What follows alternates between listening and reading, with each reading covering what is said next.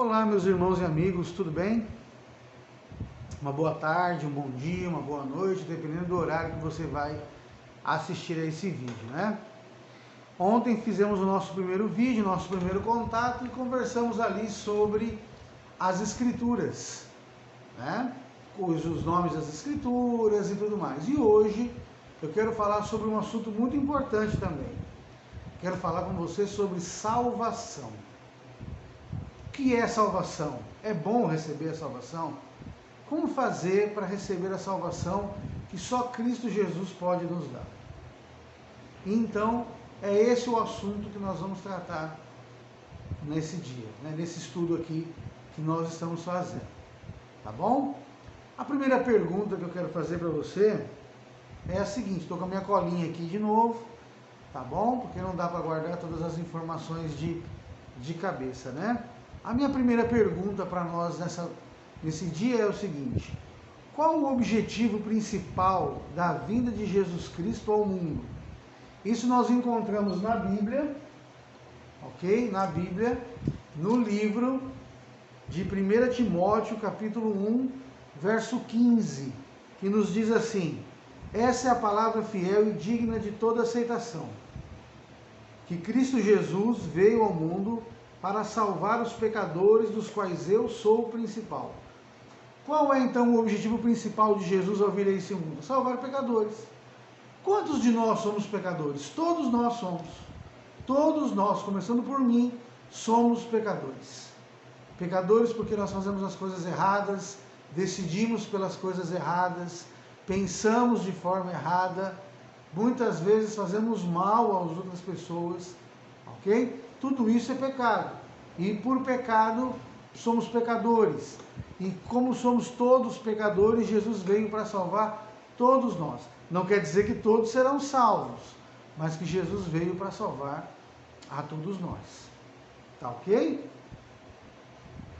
Qual foi a forma, então, que Jesus mostrou, que Deus mostrou o seu amor pelos pecadores? Também encontramos a resposta na Bíblia, no livro de João, capítulo 3, verso 16, que diz assim: porque Deus amou o mundo de tal maneira que deu o seu único filho, seu filho unigênito, para que todo aquele que nele crê não pereça, mas tenha vida eterna.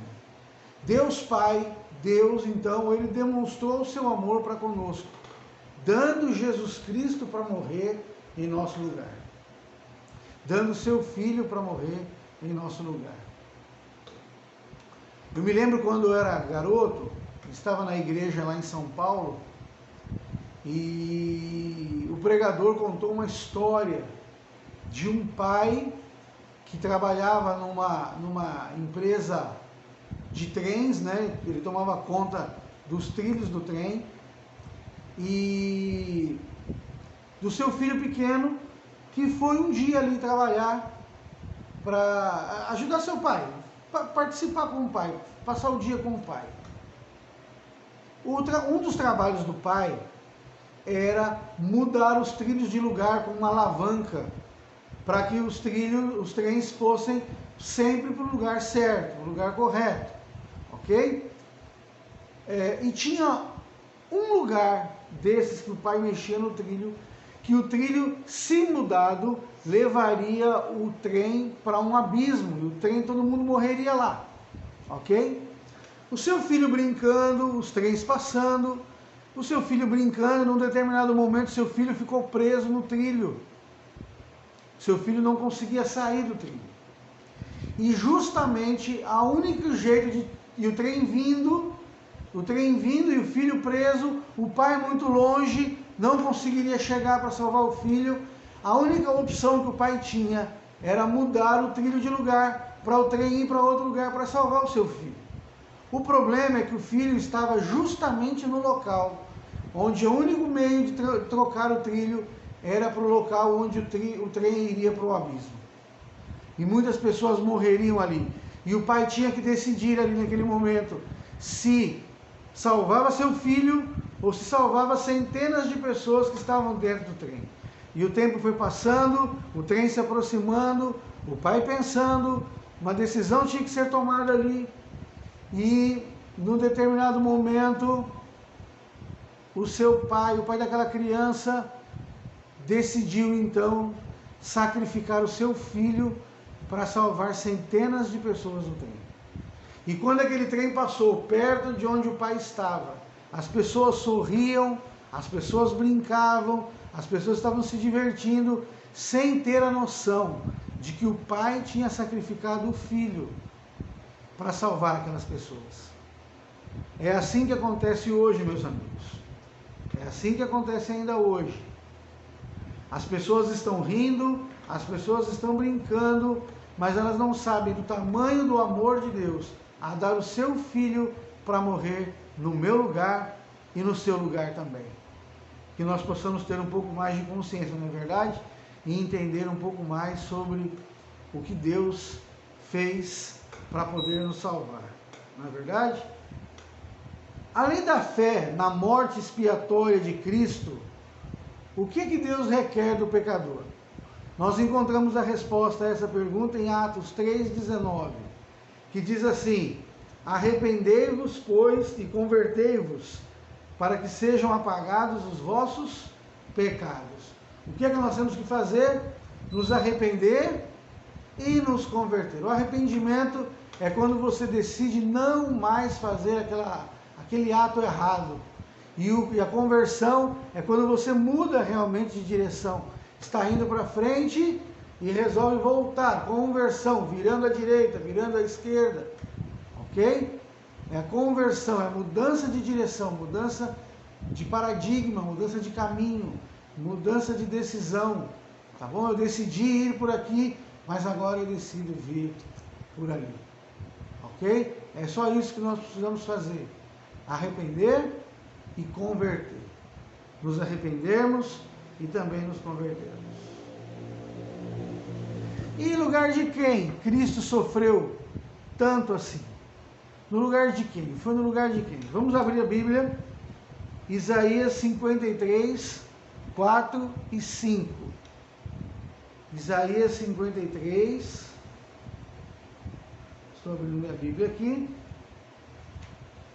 Isaías 53, versos 4 e 5. Olha o que diz aqui.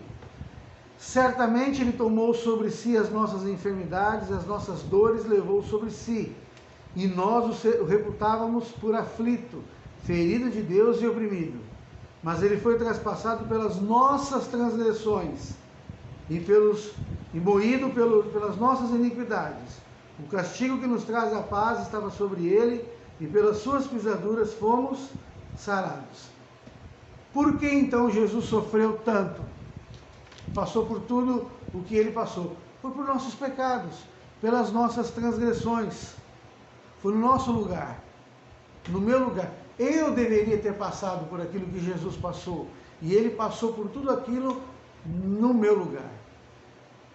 Não nos esqueçamos disso. Foi no meu lugar, no seu lugar, que Jesus passou por todo aquele sofrimento até chegar na cruz do Calvário. Ok?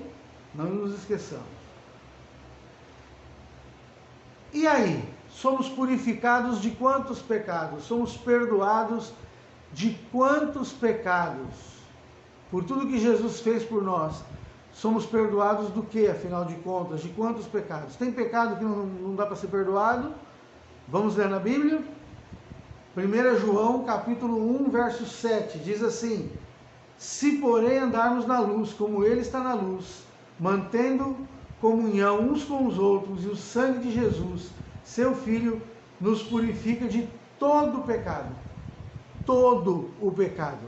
Não há pecado, não há nenhum pecado, por mais horroroso, por mais horrível que você possa imaginar, não há nenhum pecado, nenhum, que nós não podemos ser perdoados.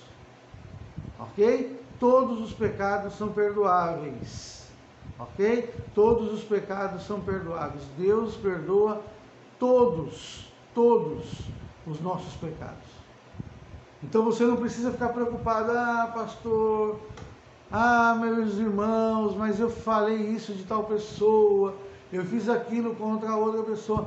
Não há problema. Todos os pecados são perdoados. Ok? Não nos esqueçamos disso. Ok? Uma vez perdoados por Cristo, como o pecador mostra o seu amor por Ele? Como é que nós podemos demonstrar o nosso amor por Cristo depois dele perdoar todos os nossos pecados?